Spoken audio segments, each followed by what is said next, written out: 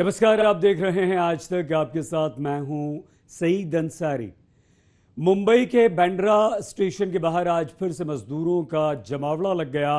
उत्तर प्रदेश बिहार लौटने वाले प्रवासी मजदूरों को पता चला था कि श्रमिक एक्सप्रेस ट्रेन चलने वाली है, तो ये सारे के सारे मजदूर स्टेशन के बाहर जुट गए। लेकिन स्थिति इतनी बेकाबू हो गई कि पुलिस को अपना डंडा पटकना पड़ा।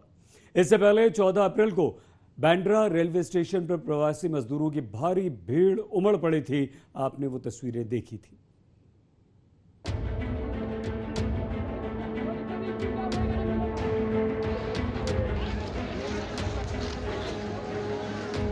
मुंबई की सारी सड़कें बांद्रा आकर सिमट गई। भीड़ ऐसी कि कोई जलसा हो, लेकिन यह है प्रवासी मजदूरों का रेला, जिनके मन में बेचैनी है, घर जाने की बेताबी है। बांद्रा स्टेशन के बाहर अफरा तफरी मच गई। अचानक आई भीड़ को न पुलिस भांप सकी और न ही रेलवे प्रशासन। हालात इतने बिगड़ गए कि पुलिस को लाठियां तक भांजनी पड़ी। लेकिन लोगों का गुस्सा इस बात से है कि उन्हें घर जाने से क्यों रोका जा रहा है। ट्रेन दिल्ली जा रही है। कल भी यहाँ के पुलिस बोली थी कि यहाँ ट्रेन नहीं जा रही, समझे। कल 2 ट्रेन बिहार गई, झारखंड के लिए बोली नहीं जाएगी। कल भी झारखंड की ट्रेन गई है सर। ये लोग झूठ बोलते हैं। नहीं काम चल रहा है, नहीं पैसा में कुछ नहीं है ना, कुछ भी नहीं है। खाएंगे क्या, पिएंगे क्या। आप लोगों से यही रिक्वेस्ट करती हूँ कि मुझे कैसे भी करके भेज दो। लॉकडाउन के चौथे चरण में श्रमिक एक्सप्रेस गाड़ियों की रफ्तार तेज हुई तो प्रवासी मजदूरों की उम्मीदें भी बढ़ गईं। आज बांद्रा स्टेशन से बिहार के लिए श्रमिक एक्सप्रेस जाने वाली है। इसके लिए 1000 मजदूरों का रजिस्ट्रेशन किया गया, लेकिन स्टेशन पर हजारों लोग पहुंच गए।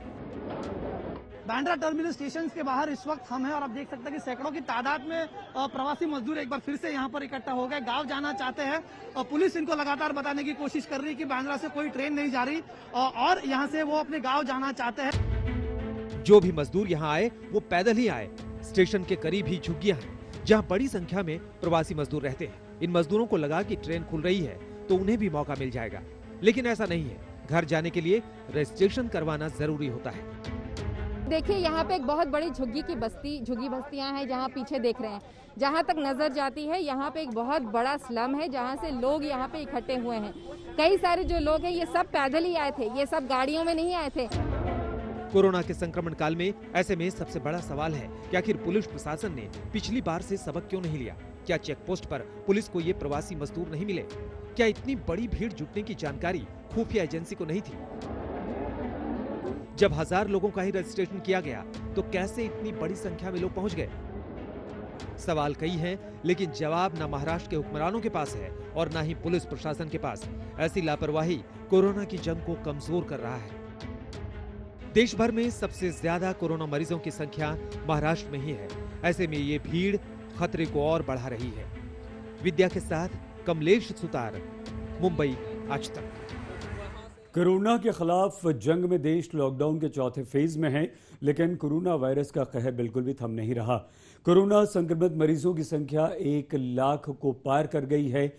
हैरान करने वाली बात यह है कि इसमें महाराष्ट्र, तमिलनाडु और गुजरात के 50% मरीज शामिल हैं।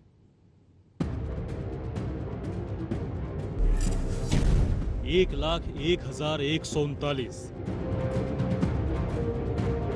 कोरोना के इसी आंकड़े ने खतरे की घंटी बजाई है। रिकॉर्ड तोड़ संक्रमण के बाद कोरोना मरीजों की संख्या पहुंच गई है 1 लाख के पार। देश में भले ही लॉकडाउन के जरिए ढील दी गई है, लेकिन कोरोना ढील देने के मूड में नहीं है। वायरस ने ऐसा जाल फैलाया है कि लोग बीमार पड़ते ही जा रहे हैं। चीनी वायरस से संक्रमण का पहला मामला 30 जनवरी को आया था और देखते ही देखते ये 19 मई यानी आज 1 लाख के पार पहुंच गया। यानी 109 दिनों में कोरोना के मामले में रिकॉर्ड तोड़ इजाफा हुआ है। लॉकडाउन के 55 दिन गुजरने के साथ ही देश भर में कोरोना से संक्रमित होने वाले मरीजों का आंकड़ा 1 लाख को पार कर गया है। वहीं दूसरी ओर लॉकडाउन में राहत, यानी मार्केट्स के दुकानों के शटर ऊपर उठ रहे हैं, सड़कों पर ट्रैफिक बढ़ रहा है, लोगों की आवाजाही बढ़ रही है। ऐसे में त्योहारों का सीजन भी सामने है और दूसरी ओर चिकित्सकों और विशेषज्ञों की वो चेतावनी, जिसमें उन्होंने कहा है कि पीक सीजन आना अभी बाकी है। देश भर में कोरोना संक्रमण के इस खतरे को सिलसिलेवार तरीके से समझेंगे तो आप हैरान रह जाएंगे। पहले 20,000 तक के संक्रमित मरीजों की संख्या 82 दिन में पहुंची। 20 से 40,000 का आंकड़ा पहुंचने में महज 10 दिन लगा। और 40 से 60 हजार सिर्फ 6 दिन में ही हो गया। वहीं 60 से 80 हजार मरीजों की संख्या पहुंचने में सिर्फ 4 दिन लगे, जबकि 80 हजार से 1 लाख के पार मरीजों की संख्या 3 दिन में हो गई। हालांकि विशेषज्ञ इन बढ़ते आंकड़ों से नहीं घबराने की सलाह दे रहे हैं। मुझे लगता है अभी अगले 15-20 दिन बहुत ही क्रूशियल है हमारे देश के लिए, इसलिए शायद लॉकडाउन जो है 31 मई तक बढ़ाया गया है। हो सकता है कि नंबर ऑफ केसेस बढ़ सकते हैं अभी और, लेकिन बहुत ज्यादा पैनिक या डरने की बात इसमें नहीं है। अगर अपन देखेंगे कि हमारा देश का आंकड़ा 1 लाख के ऊपर क्रॉस कर चुका है, लेकिन साथ में हमको ये भी देखना होगा कि 40 हजार के लगभग केस रिकवर हो चुके हैं। कोरोना मरीजों की संख्या 1 लाख के पार चली गई है, लेकिन हैरान करने वाली बात यह है कि इनमें 50% मरीज सिर्फ 3 राज्य के हैं, यानी महाराष्ट्र, तमिलनाडु और गुजरात। देश में सबसे ज्यादा महाराष्ट्र में कोरोना संक्रमित मरीज हैं। महाराष्ट्र में कोरोना के 35,000 से ज्यादा मामले हैं।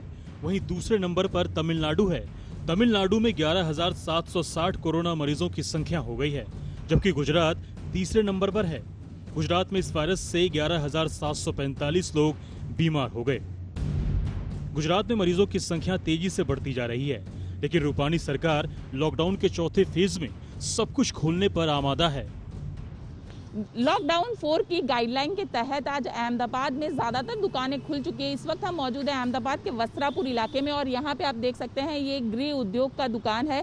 यहाँ पे आने वाले हर किसी को सोशल डिस्टेंस का पूरी तरीके से वो ख्याल रखे, इसलिए यहाँ पे इस तरीके से एक पूरा राउंड भी बनाया गया है। जो लोग यहाँ पे आ रहे हैं उनको इसी राउंड में खड़े रहना है, मुँह पे मास्क लगाना है, साथ ही यहाँ पे एक डिसइंफेक्शन टनल भी रखी गई है। दिल्ली और राजस्थान के आंकड़े भी कम डराने वाले नहीं हैं। दिल्ली में जहां मरीजों की संख्या 10,000 के पार चली गई है, वहीं राजस्थान में 305 नए मरीजों के मामले सामने आने के बाद यहां कोरोना के मामले 5500 के पार पहुंच गए हैं।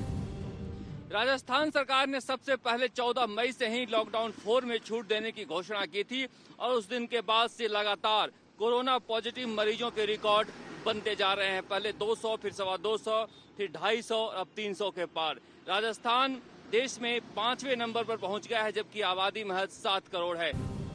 लॉकडाउन के चौथे चरण में सबसे बड़ी चुनौती कोरोना की इसी रफ्तार पर ब्रेक लगाने की है। जयपुर से शरद कुमार, अहमदाबाद से गोपी घांगर, दिल्ली से संजय शर्मा के साथ आज तक ब्यूरो। देश में कोरोना के मरीजों की संख्या 1 लाख को पार कर गई, तो दिल्ली में कोरोना संक्रमितों की संख्या 10,000 के पार चली गई है। लॉकडाउन के चौथे फेज में केजरीवाल सरकार ने कई सारी राहत भी दी है, हालांकि शर्तों के साथ।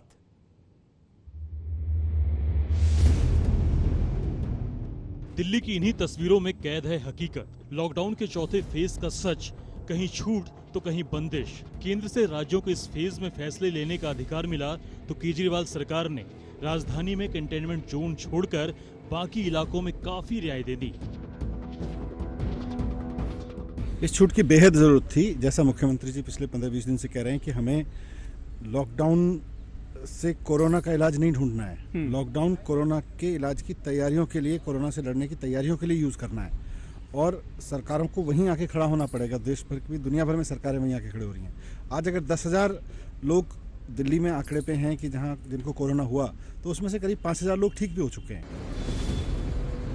दिल्ली में लॉकडाउन के चौथे चरण में केजरीवाल सरकार ने जान के साथ साथ जहान का भी ख्याल रखा है।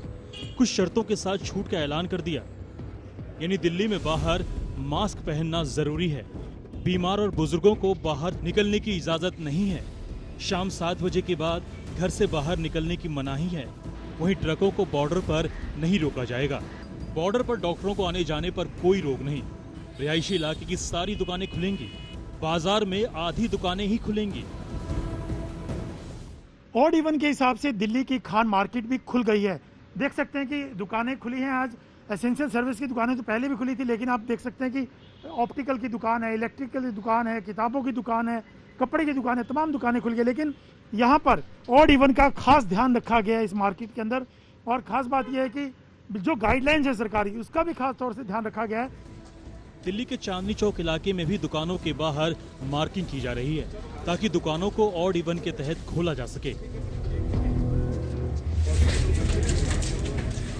दरअसल दिल्ली में इतनी तेजी से कोरोना संक्रमण फैला कि एक चूक भारी पड़ सकती है। आंकड़े बताते हैं कि दिल्ली में 10,000 से ज्यादा लोग कोरोना से संक्रमित हो गए हैं। वहीं 168 लोगों की मौत हो चुकी है। हालांकि अब तक 4,455 लोग दुनिया की इस खतरनाक महामारी को मात भी दे चुके हैं। इन बढ़ते आंकड़ों के बीच केजरीवाल सरकार को एक एक कदम फूंक फूंक कर रखना होगा। देश भर में कोरोना के मामले लगातार बढ़ते जा रहे हैं। ऐसे में आंकड़ा 1 लाख पार कर गया। अगर दिल्ली की बात करें तो करीब 10,500 केसेस कोरोना के सामने आ चुके हैं। वहीं दूसरी तरफ दिल्ली सरकार ने रियायत भी दी है, कई जगह छूट दी है, कई दुकानें खुली हैं। तो ऐसे में अब आशंका ये पैदा हो रही है कि क्या ऐसा तो नहीं कि आने वाले दिनों में ये केसेस और बढ़ जाएं। यही वजह है कि केजरीवाल सरकार ने कई जगहों पर छूट देने से साफ इनकार कर दिया है। दिल्ली में metro, school, college, shopping mall, swimming pool, theatre, bar, auditorium और असेंबली हॉल के साथ साथ सैलून और स्पा भी बंद रहेंगे। इसके अलावा धार्मिक स्थल भी बंद रखने का फैसला किया गया है। केजरीवाल सरकार के लिए लॉकडाउन का ये फेज सबसे चुनौती भरा होगा, क्योंकि इस बार फैसले की कमान उनके ही हाथों में है। मनोरंजन कुमार, रोहतास यादव, सुशांत मेहरा, चिराग गोठी और पंकज जैन के साथ अशोक सिंघल, दिल्ली आज तक। दिल्ली में बाजार खुल गए हैं, बसें चलने लगी हैं, ऑटो चलने लगे हैं, लेकिन सब कुछ शर्तों के साथ। बहुत सारी सुविधाएं ऐसी हैं जिन पर अभी भी ब्रेक लगा हुआ है, जिन पर अभी भी लॉकडाउन का असर है, ताला लगा हुआ है और वो नहीं खोला। लेकिन चुनौती बहुत बड़ी है क्योंकि लोग अभी भी भीड़ लगा रहे हैं। उधर कोरोना योद्धाओं पर कोरोना वायरस का अटैक भी थम नहीं रहा है। जिन कंधों पर इस युद्ध को लड़ने की जिम्मेदारी है वही घायल होते जा रहे हैं। बिहार के बीएमपी के 48 जवान कोरोना के शिकार हो गए हैं और ये इसलिए हुआ क्योंकि ये कोरोना संक्रमित मरीजों के संपर्क में आए थे, उनकी सेवा के लिए, उनकी देखभाल के लिए।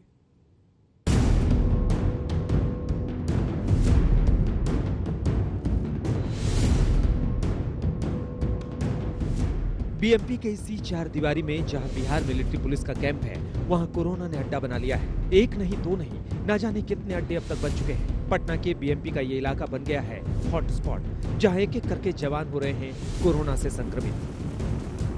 बिहार में कोविड-19 का संक्रमण अब पुलिस विभाग में भी फैलता जा रहा है और इस वक्त पूरे प्रदेश की बात करें तो 62 पुलिस के लोग जो हैं वो संक्रमित हो चुके हैं। लेकिन सबसे ज़्यादा जो संक्रमण है वो फैला है पटना में स्थित बिहार मिलिट्री पुलिस के मुख्यालय में, जहां अब मैं इस वक्त खड़ा हूं। आप देखिए मेरे पीछे ये बिहार मिलिट्री पुलिस का मुख्यालय है और इसके अंदर 3 बटालियन है, बीएमपी 5, बीएमपी 10 और बीएमपी 14।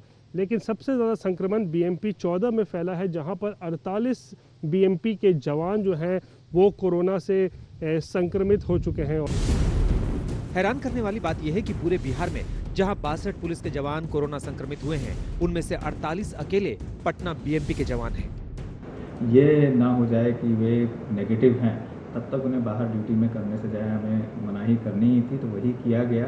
और बीएमपी 14 के अभी तक 360 प्लस जो है उनके सैंपल्स लिए गए हैं।